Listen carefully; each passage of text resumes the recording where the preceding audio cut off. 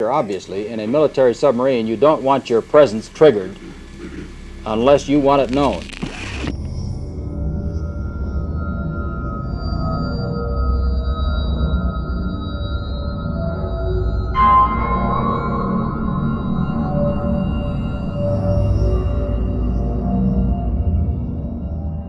On May 22nd, 1968, Navy surveillance stations in Argentina, Newfoundland, and the Canary Islands recorded a series of approximately 15 hydroacoustic signals over a period of 3 minutes and 10 seconds.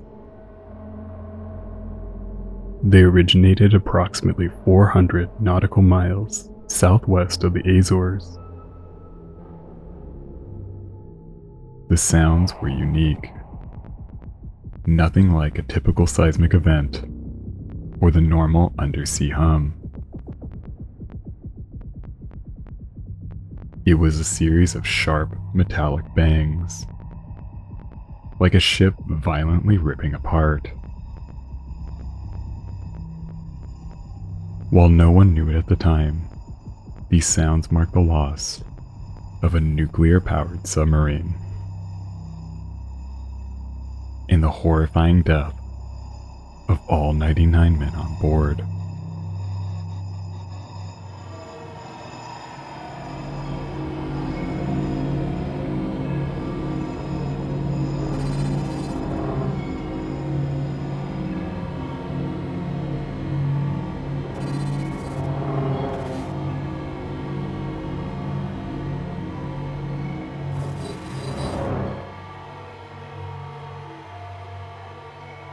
The United States pledges before you its determination to help solve the fearful atomic dilemma, to devote its entire heart and mind to find the way by which the miraculous inventiveness of man shall not be dedicated to his death, but consecrated to his life.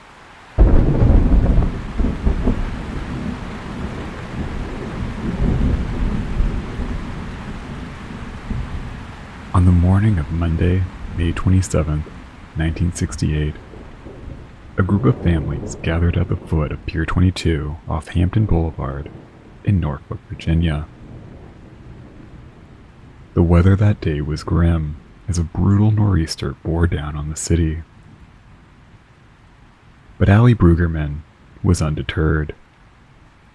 She had dressed her 2 sons and daughter in their best clothes, and the family sat in their car, eagerly awaiting the arrival of the nuclear-powered submarine, USS Scorpion.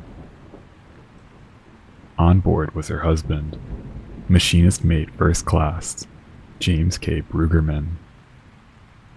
Much of the Scorpion's deployment was classified, and communication was infrequent. So it was a major relief when on Friday, May 24th, Commander Submarine Force Atlantic officials announced that the submarine was due to arrive in Norfolk at 1300 EDT that Monday. Now, as rain pounded on the windshield and the building winds rocked the car, Allie Brueggemann was anxious to finally see her husband. She didn't know exactly what USS Scorpion did while deployed, but anyone that sends a loved one to sea worries every day until they finally return. So she sat and waited for the hulking submarine to emerge from the low-hanging storm clouds that hung over the Chesapeake Bay.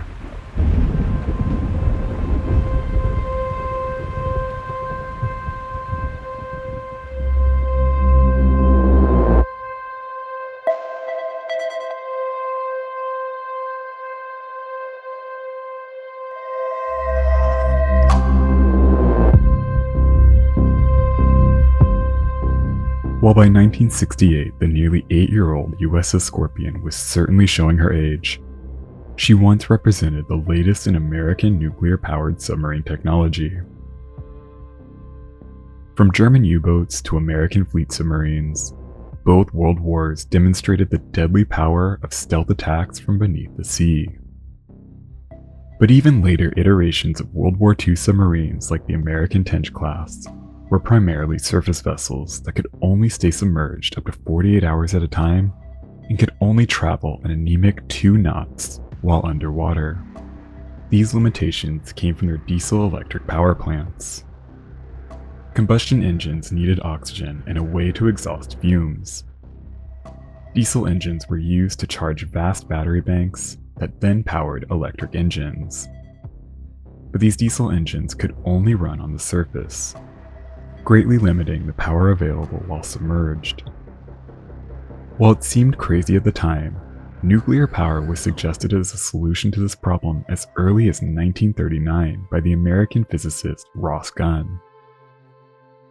By the end of the war, there was considerable interest, not only in the destructive power of nuclear energy, but also its potential to produce steam and electricity. As research advanced, it was clear that nuclear energy could allow the development of compact, long-lasting power sources.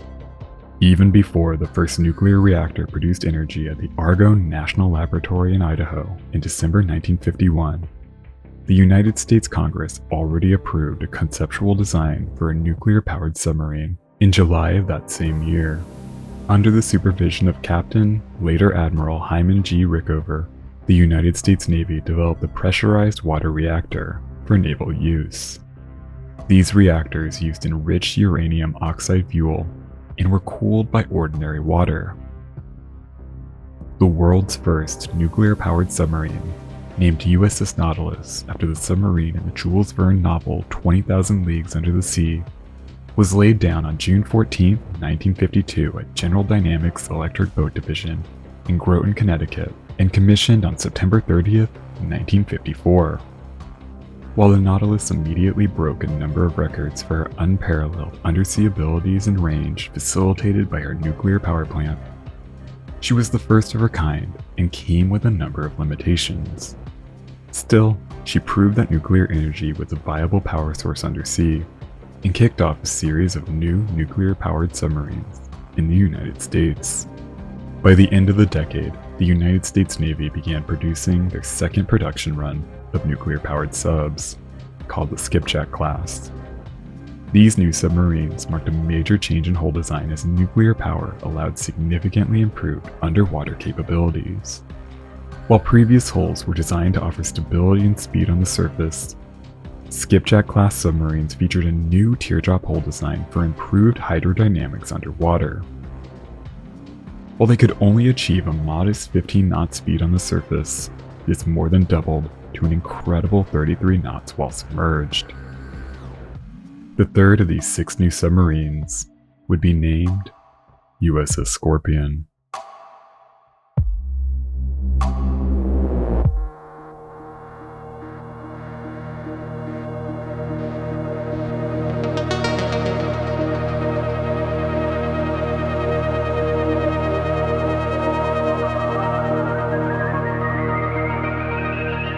Initially authorized in 1956, the Skipjack class of nuclear-powered submarines marked a generational change in American submarine design. Their teardrop hull and improved 5th-generation Westinghouse reactors made them the fastest submarines in the world when the Skipjack carried out her sea trials in March 1959, though her top speed was officially classified. They would remain the fastest U.S. nuclear-powered submarines until the introduction of the Los Angeles class in 1974. Each Skipjack-class submarine cost around $40 million to build. They would measure 251 feet 8 inches or 76.7 meters in length, with a beam of 31 feet 7.8 inches or 9.6 meters. They displaced 3,075 long tons when surfaced and 3,513 when submerged.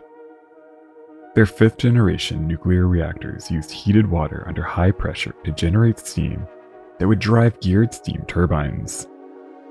These could generate up to 15,000 shaft horsepower fed to a single screw, achieving up to 15 knots when surfaced and an impressive 33 knots when submerged. The Skipjacks were rated to dive to a max depth of 700 feet, and they could remain submerged for days, weeks, even months. Their range was really only limited by the food and supplies they carried for their approximately 93 crew members. They were equipped with 6 21-inch torpedo tubes in their bow and could carry 24 torpedoes. They could accommodate either the Mark 37, Mark 14, Mark 16, Mark 48, or even the Mark 45 Aster nuclear torpedoes. USS Scorpion SSN 589 was the third of 6 Skipjack-class submarines. Her hull was laid down by the Electric Boat Division of the General Dynamics Corporation in Groton, Connecticut, on August 20th, 1958. She was launched on December 19th, 1959, and christened by Elizabeth S. Morrison, daughter of Lieutenant Commander Maximilian Mellick Schmidt, who commanded the previous World War II-era USS Scorpion SS-278, the first submarine and 5th U.S. Navy ship to bear the name. SS-278 vanished with her entire crew in the Yellow Sea sometime after January 5th, 1944. It's believed that she sank after hitting a mine, as no Japanese record that can be attributed to her loss exists. Her wreck has never been found. The new USS Scorpion was commissioned on July 29, 1960. She was assigned to Submarine Division 62, Submarine Squadron 6. She set sail from New London, Connecticut on her first mission, a 2-month deployment to take part in NATO exercises with the 6th Fleet in European waters, on August 24, 1960. On September 10, 1961, her home port was transferred to Norfolk, Virginia, where she would remain for the rest of her career. For the next few years, Scorpion participated in a variety of exercises, practicing and preparing for confrontation with the Soviet Union. It was the depths of the Cold War, and nuclear-powered submarines were tasked with stalking and hunting Soviet vessels that could pose a threat to the United States. Much of these missions were classified. While nuclear-powered subs were at the front lines of the Cold War, fortunately, no major conflict ever unfolded.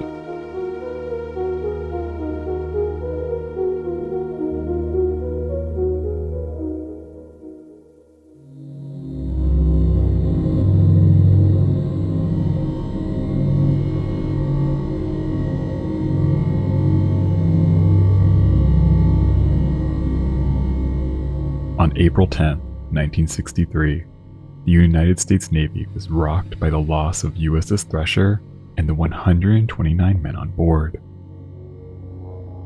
Thresher was the lead vessel in the Permit class of nuclear-powered submarines, the generation of submarines that came directly after the Skipjack class. While they introduced many improvements for the Skipjacks, the Permits generally followed the same design. The tragic loss of one of the United States Navy's latest nuclear submarines only a little over a year into its career sparked massive public outcry and shock within the submarine service. It was the first loss of an American nuclear submarine and the Navy's worst submarine disaster. The inquiry that followed painted a damning picture of both nuclear submarine construction and operating practices. A widespread culture of risk-taking was exposed at nearly every level. Shipyard inspection practices were found to be dangerously lacking, with inadequate procedures for testing hull and seawater piping joint integrity.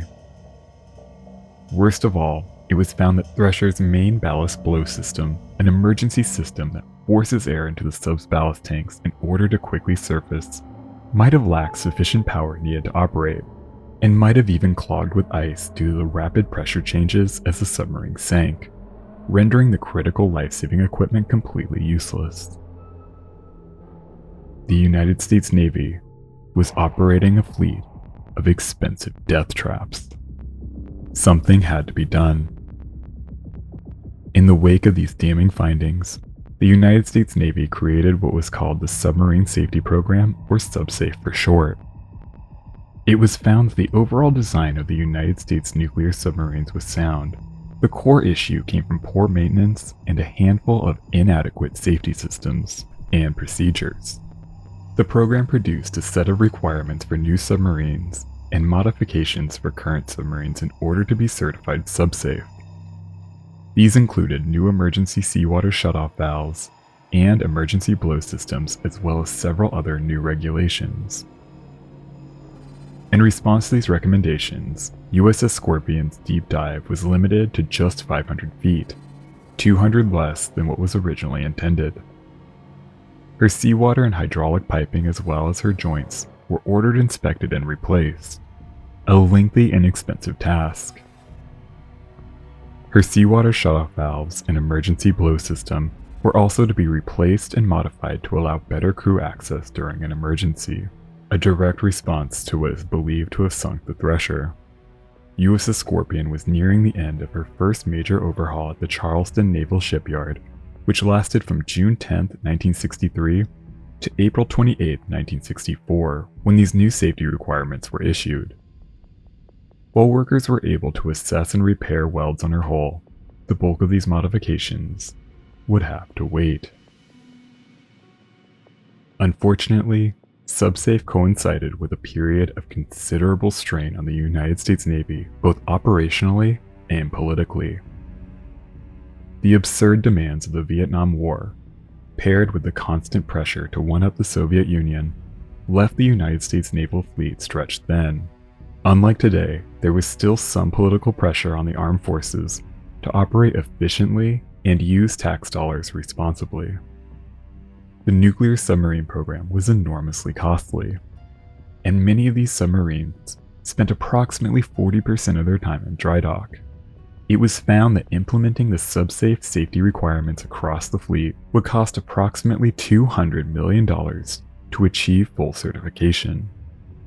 On March 24, 1966, the commander of Submarine Squadron 6 drafted a confidential memorandum to Admiral Schade expressing his concern. Quote, "The inordinate amount of time currently involved in routine overhauls of nuclear submarines is a recognized source of major concern to the Navy as a whole, and the submarine force in particular, and stands as a source of acute political embarrassment." End quote. These concerns prompted Admiral David L. McDonald, Chief of Naval Operations at the time, to develop what was called the Planned or Reduced Availability Overhaul Program for the submarine fleet. The new concept was to be tested on USS Scorpion and USS Tenosa. McDonald's successor, Admiral Thomas Moore, explained in a 1967 letter to Congressman William Bates that, quote, "It is the policy of the Navy to provide submarines that have been delivered without certification with safety certification modifications during regular overhauls. However, urgent operational commitments sometimes dictate that some items of the full safety certification package be deferred until a subsequent overhaul in order to reduce the time spent in overhaul." A memorandum dated April 5, 1968 revealed that Scorpion was not expected to be fully subsafe certified until 1974, more than 10 years after the loss of USS Thresher. Scorpion's reduced availability overhaul began on February 1, 1967 at the Norfolk Naval Shipyard. Short on both manpower and resources, virtually none of the critical safety improvements were carried out. While a proper overhaul for a standard submarine at the time typically cost upwards of $20 million and lasted up to 2 years, Scorpion's overhaul only lasted 8 months and cost $3.2 million. Of that total spent, $2.3 million was devoted alone to refueling and servicing her reactor, leaving less than $1 million for the rest of the submarine. This made it the cheapest submarine overhaul in U.S. Navy history. She re-entered service on October 6, 1967, and after a few months of type training in Virginia, she sailed for the Mediterranean Sea.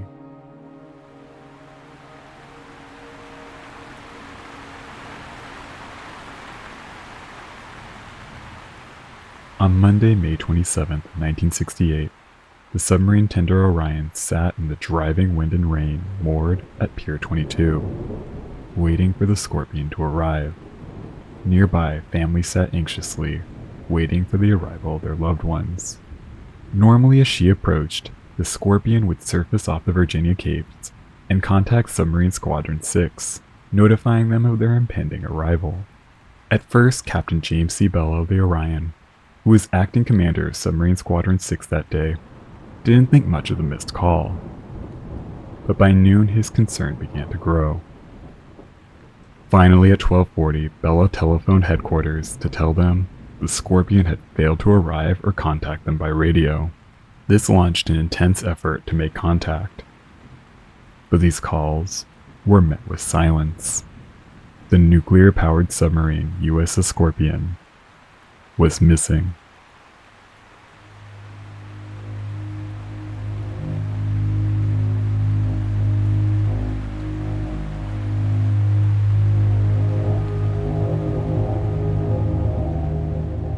Following her meager refit, the Scorpion received a new commander. Born in West Meadow, Maine on September 15, 1931, Commander Francis A. Slattery joined the Naval Academy as a midshipman in June 1950, graduating as an ensign in 1954. He briefly served on the destroyer Dally before enrolling at the submarine school in Groton, Connecticut in 1955. He served on different submarines before training to serve on nuclear-powered subs at the end of 1958. After his schooling, he served as an officer on USS Nautilus. By the time he assumed command of USS Scorpion in October 1967, the 37-year-old was relatively inexperienced, but the increasing need for new vessels and officers quickly elevated men through the ranks. And Slattery, while young, was a solid and decorated officer. He understood the new nuclear-powered submarines as well as anyone else placed in command at the time. When he headed for the Mediterranean on February 15, 1968, there was no reason to doubt Commander Slattery or his crew. The state of the Scorpion, on the other hand, was a cause of grave concern. She was not originally supposed to be deployed to the Mediterranean, but she stepped in at the last minute to replace USS Seawolf after she collided with another ship in Boston Harbor. As Scorpion made her way across the Atlantic and joined the 6th Fleet for operations in the Mediterranean, the newly refitted submarine suffered a series of malfunctions. She quickly racked up 109 unfulfilled work orders, including one for a potentially faulty trash disposal unit latch, a mundane but incredibly sensitive piece of equipment. She also lacked the emergency blow system and decentralized emergency seawater shutoff valves called for by SubSafe. Her stern and sail hydraulics suffered chronic problems and even caused the vessel to corkscrew out of control during a test dive off the coast of Puerto Rico in November 1967. This incident prompted a brief dry docking, but the issue was never fully solved. On her voyage across the Atlantic, she lost more than 1,500 gallons of oil from her conning tower. The issues were so numerous that her crew began to call her USS Scrap Iron. In a letter to his family, machinist mate 2nd Class David Burton Stone wrote that he and his fellow crew had to repair, replace, or jerry-rig pretty much every part of the submarine. While none of these were serious enough to take the vessel out of service, some were particularly concerning.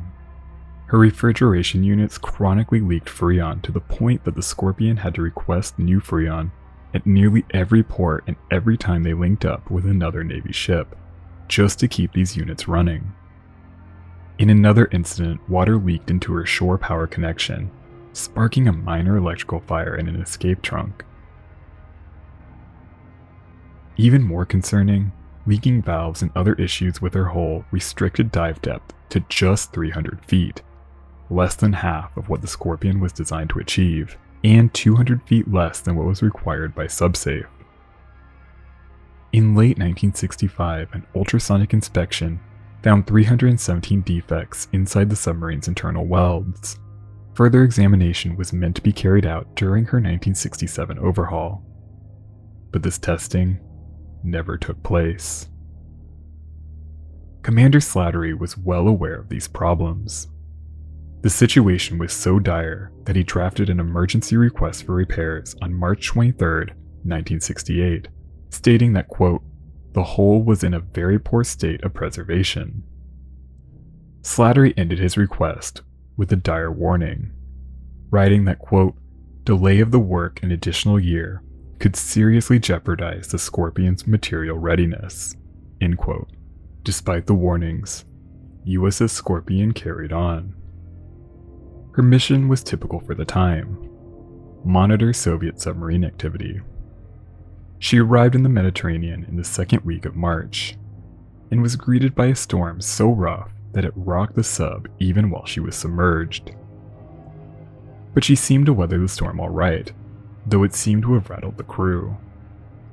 Scorpion completed an exercise on March 21st and sailed for Sicily's Augusta Bay, where she arrived on March 23rd. Not allowed to moor at the pier due to local concerns over her reactor, the sub dropped anchor offshore.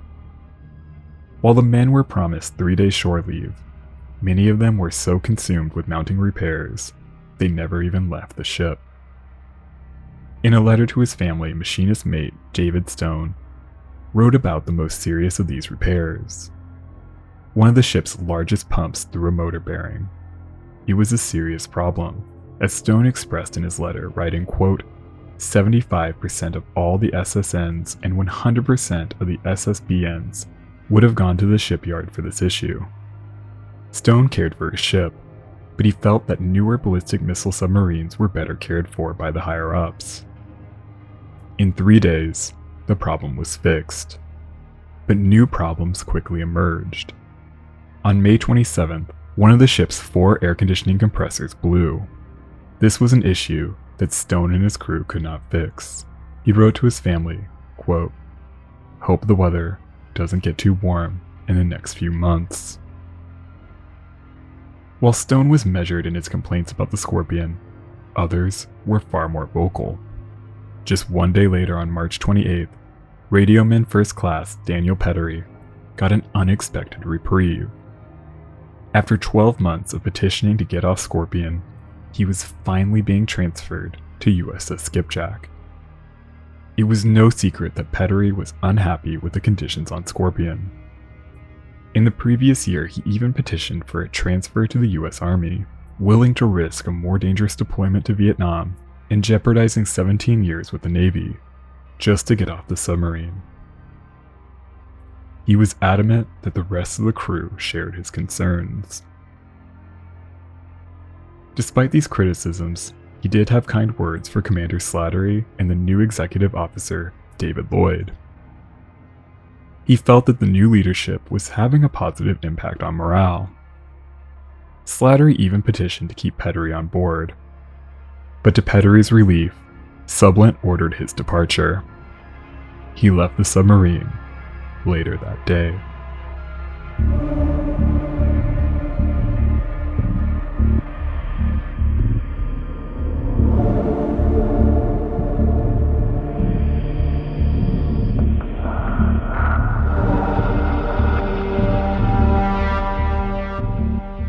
After wrapping up her time in the Mediterranean in early May, as the Scorpion sailed for the Strait of Gibraltar, Interior Communications electrician Joseph Underwood began coughing up blood. Concerned that Underwood might have contracted tuberculosis or another highly contagious respiratory disease, Commander Slattery and Executive Officer Lloyd deliberated on how to handle the situation. But then on May 16th, a dire message from Sublent made the decision for them. Sonar technician Bill Elrod's pregnant wife went into labor prematurely. The infant did not survive. Slattery knew all too well what Elrod and his family were going through. He and his wife lost their infant son 8 years prior. He would depart from the sub in Spain and fly to Norfolk to be with his wife. Underwood would also be transferred from the sub to receive medical treatment on shore. Word of what happened traveled quickly, and the men were told that a mailbag would be sent out with the 2 men.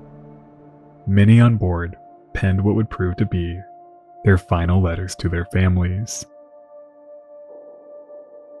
Many wrote of the somber mood on board after hearing about what happened to Elrod's child. But there was hope that this mission would be ending soon, and the sub would be home in Norfolk in just a few days. Just before midnight on May 16th, Scorpion surfaced just outside the breakwater of the harbor at Rota, Spain. She was met by a Navy harbor tug. The final letters were collected and handed off, while Elrod and Underwood stepped off the submarine and waved goodbye. The two vessels parted and the tug returned to Rota.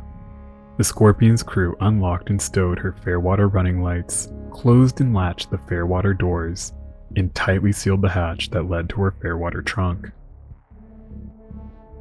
Then her ballast tanks were opened, and she slipped smoothly below the waves, diving to periscope depth. After a rough trim to ensure the sub was balanced, she dove deeper, trimmed once again, and then plunged to her cruising depth, where she would set sail for her next mission. She now carried 99 men. From Rota, her next mission was to provide cover for the ballistic missile submarine USS John C. Calhoun, which was leaving Rota at the same time on another top-secret mission. Scorpion was to distract two fast November-class Soviet submarines stationed in the area and lead them away from the Calhoun.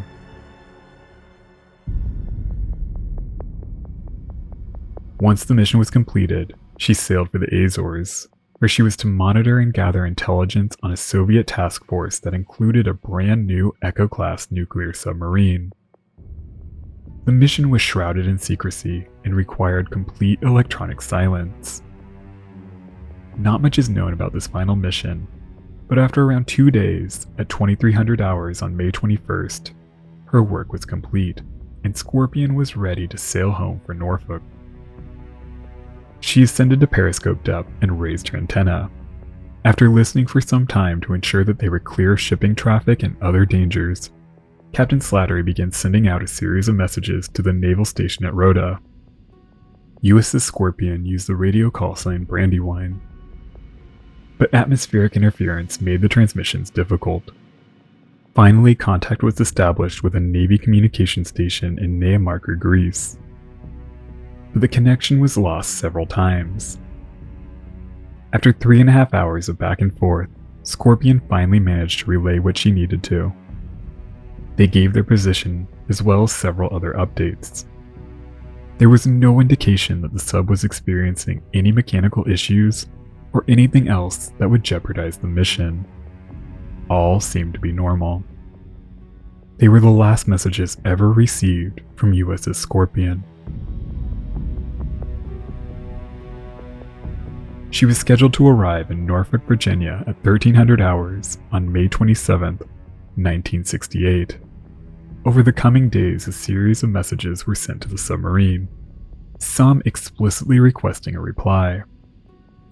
But Scorpion never responded. There were potential technical and operational reasons why a submarine might fail to respond, but the continued silence was strange. Despite claims to the contrary, there was good reason to believe senior officers knew that something was wrong as early as May 22nd, but no official action was taken. It wasn't until 1300 hours on May 27th, with the families of the men on board waiting in the pounding rain, that the Scorpion's silence and failure to arrive in Norfolk prompt the Navy to declare a submiss. News of the missing submarine spread fast. Within hours, it was reported to President Lyndon Johnson, and at 6 p.m., CBS Evening News broadcast the story. Over the next few days, a massive search involving over 55 ships and 35 aircraft scoured the Atlantic for the missing sub. But it was already far too late.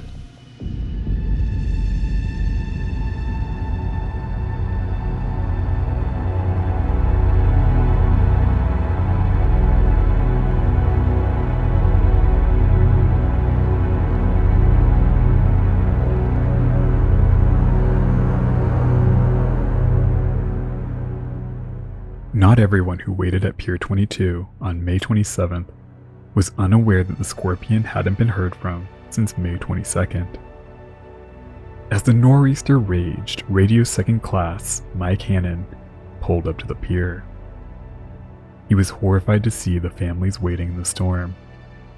He was on duty at the Com Sublance Messaging Center during the 1600 to 2400 evening shift on Wednesday, May 22nd. He knew that the Scorpion had failed to make contact, and he witnessed several senior officers openly discussing the missing submarine. Over the coming days, he learned that not only was the leadership aware that the submarine had been lost, but they had even recorded the sounds of her demise. Hannon had a personal connection to the Scorpion. His best friend and mentor, steward's mate First Class Joe Cross, was one of the 99 men on board. He couldn't believe that the Navy allowed the families to gather at Pier 22, knowing full well that the Scorpion almost certainly would not arrive. Despite a massive search operation, no trace of USS Scorpion was found. The submarine was officially presumed lost on June 5, 1968. She was stricken from the record on June 30th. Immediately after Scorpion was declared lost, a court of inquiry was convened to investigate the disaster. Through the summer, 76 witnesses were interviewed. Meanwhile, an undersea search for the wrecked submarine and her nuclear reactor already began on May 27th, only hours after submiss was declared.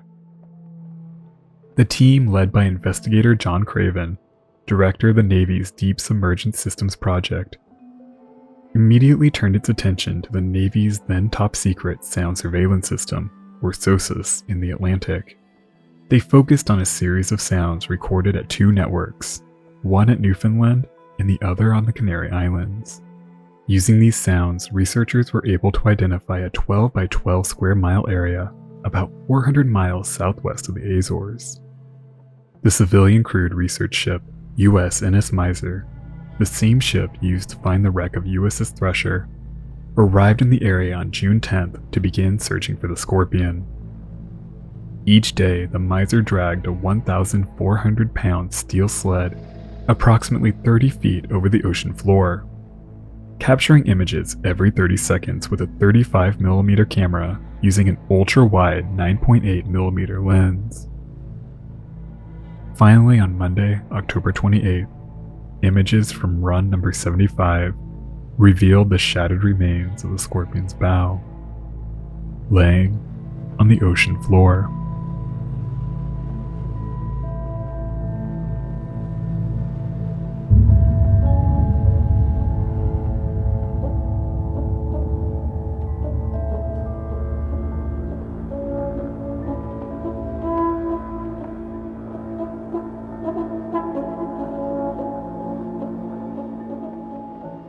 Over subsequent dives, the wreck, laying 9,800 feet or 3,000 meters below the surface, was extensively photographed, and key pieces of debris were retrieved for analysis. The bow was relatively intact, though heavily deformed. The stern, on the other hand, was completely destroyed, with pieces crushed into the reactor and operations compartments amidship. Her propeller shaft had dislodged and was laying outside the wreck on the sea floor. Her sail had also been sheared off. Her operations compartment amidship was completely shattered by the force of the sinking. Her engine room had telescoped approximately 50 feet forward into the hull. All of this suggests that the submarine was at least partially intact when she sank, with several compartments still unflooded when the vessel reached crush depth at around 1,530 feet, or 470 meters, causing a catastrophic implosion. But what caused the Scorpion to sink in the first place remains an unanswered question to this day. While the official investigation provided some theories, they never reached a definitive conclusion.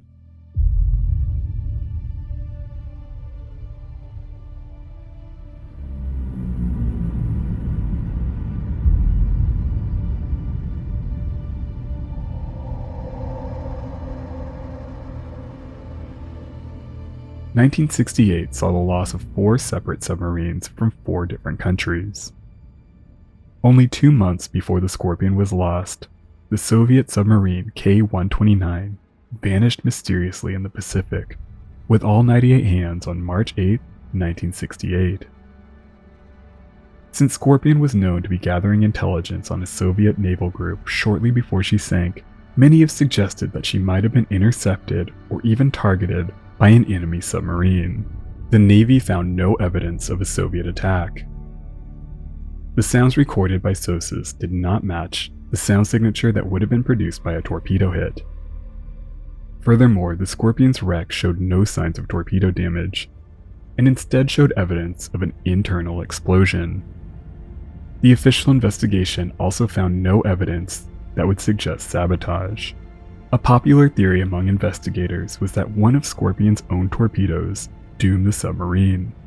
It's speculated that one of the sub's Mark 37 torpedoes was somehow inadvertently activated and released to prevent an internal detonation. The torpedo then became fully armed and circled back to the nearest target, the Scorpion herself, but there's little evidence to support this theory. Others believe that a torpedo could have malfunctioned and detonated internally, similar to what took down the Soviet nuclear submarine Kursk in August of 2000. But there's little reason to believe that any of the torpedoes carried on Scorpion were any more prone to overheating or other issues that could cause such a failure than any other torpedo type. And the Scorpion's bow, which housed her torpedoes, is relatively intact. Nothing like the damage found when a torpedo malfunction destroyed the Kursk. Other more mundane causes seem to be more likely.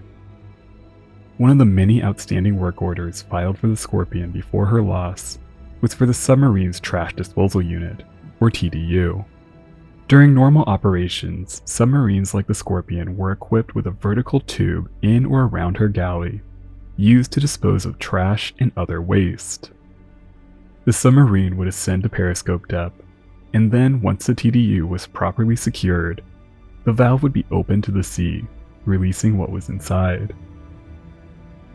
While mundane, this procedure required precise training to ensure that the unit was properly latched. Otherwise, the valve could open the submarine to uncontrollable flooding. It's possible that while undergoing the procedure, Scorpion's TDU was not properly latched, either due to human error or a defect in the equipment. Once the TDU failed, the submarine began to quickly flood. Since Scorpion lacked updated emergency seawater shutoff valves and an emergency blow system, the flooding could have quickly overwhelmed the submarine, causing her to sink rapidly. While watertight compartments could have been sealed, it would not have been enough to keep the submarine from falling to her crush depth, where the unflooded compartments would have imploded, causing the damage observed at the wreck.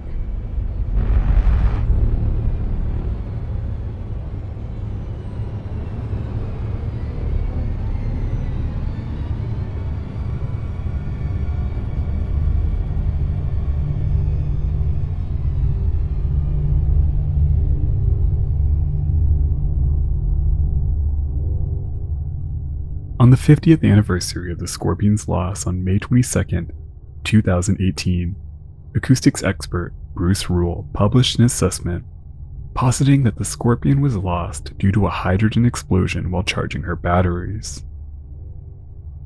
Only 10 months after the loss of the Scorpion, U.S. Naval Ships Command issued a change to the Nav Ship's Technical Manual, Section 9623.718. The change was simple but significant. Quote, "Do not enter the battery well of ships having open tank ventilation systems while a charge is in progress." End quote. The section goes on to state that, quote, "Experience has shown that all individual battery cell explosions have occurred while personnel were working in the battery tank during charge." End quote. Several pieces of the Scorpion were recovered by the U.S. Navy submersible Trieste II, including a broken battery cover.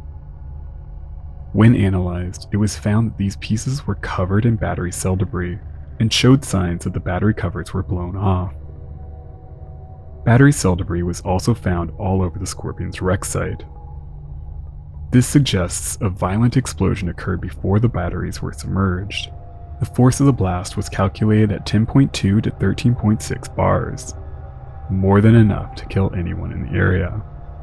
The blast would not have been strong enough to rupture the pressure hull on its own.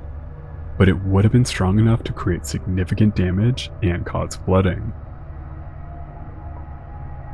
Nuclear-powered submarines are able to charge their batteries even while submerged, but the charging process produces hydrogen gas, which can be flammable or even explosive in high enough quantities. To deal with this issue, these gases are dispersed throughout the sub and removed from the air using scrubbers, neutralizing the risk. But Scorpion might have been in a state of readiness called Condition Baker. This is when watertight hatches are closed while the submarine is at periscope depth to protect the vessel if any collision occurs. The sealed hatches could have allowed hydrogen gas to build up in her battery compartments, which could have been ignited by crew working in the area. A single static spark from their clothing could have been enough to set off the deadly explosion. This theory aligns with the acoustic signatures recorded during the event. The first sound, recorded at 18:20:44 GMT, had all the characteristics of a small internal event. The next sound, recorded 22 minutes later at 18:42:34, was a strong bubble pulse frequency of 4.46 Hz. This was probably the sound of the Scorpion's hull imploding. What followed was a series of small events, likely various smaller compartments around the ship collapsing. Based on this evidence, we can begin to grasp what might have happened in the Scorpion's final moments. The submarine was conducting various duties at periscope depth. While near the surface, her batteries were charged, producing deadly hydrogen gas, which was able to build up due to the closed hatches. One or more of the crew members in the area inadvertently sparked an explosion.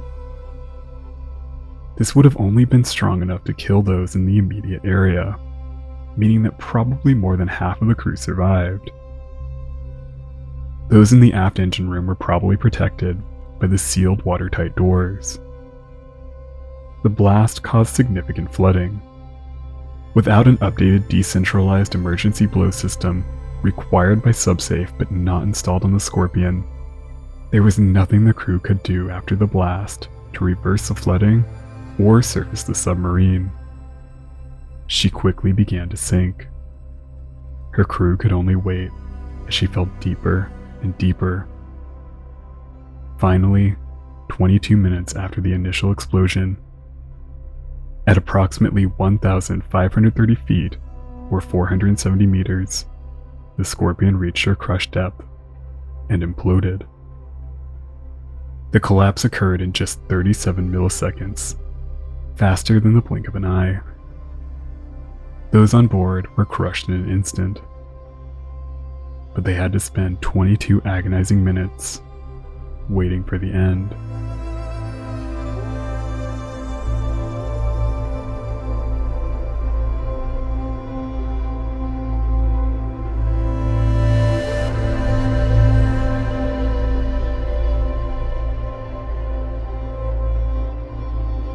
While the hydrogen explosion theory seems the most likely to me and to several others who have studied the loss of the Scorpion, there is still no official explanation for the loss of the nuclear-powered submarine. In November 2012, surviving family members in the U.S. Submarine Veterans Organization formally asked the United States Navy to reopen their investigation into the loss of the Scorpion. The request was rejected. I'm not equipped to assess the degree to which the issues which likely helped doom the Scorpion impact the United States Navy to this day. But in almost all aspects of life, there is a constant push and pull between safety and expediency. We live in a society that values capital over human life. My hope is that the lessons of the past continue to resonate with those who hold our lives in their hands. There's a popular saying in the Coast Guard that safety regulations are written in blood. If the lives lost mean anything, they will justify the costs required to preserve life in the future. We owe it to the dead to ensure that their lives were not lost in vain.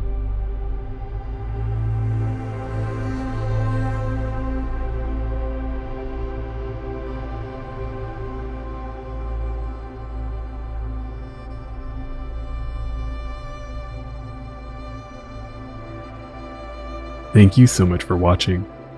If you're interested in learning more about USS Scorpion, I'd highly encourage you to check out Silent Steel by Stephen Johnson.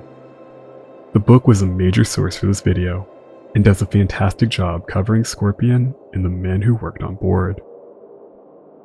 If you want more videos like this one, help out the channel with a like, comment, and subscribe if you haven't already. I'd like to give a special shout out to my supporters on Patreon and my channel members. Their support helps make in-depth, independently produced videos like this one possible. Alright crew, that's all I've got. Until the next one, be nice to people.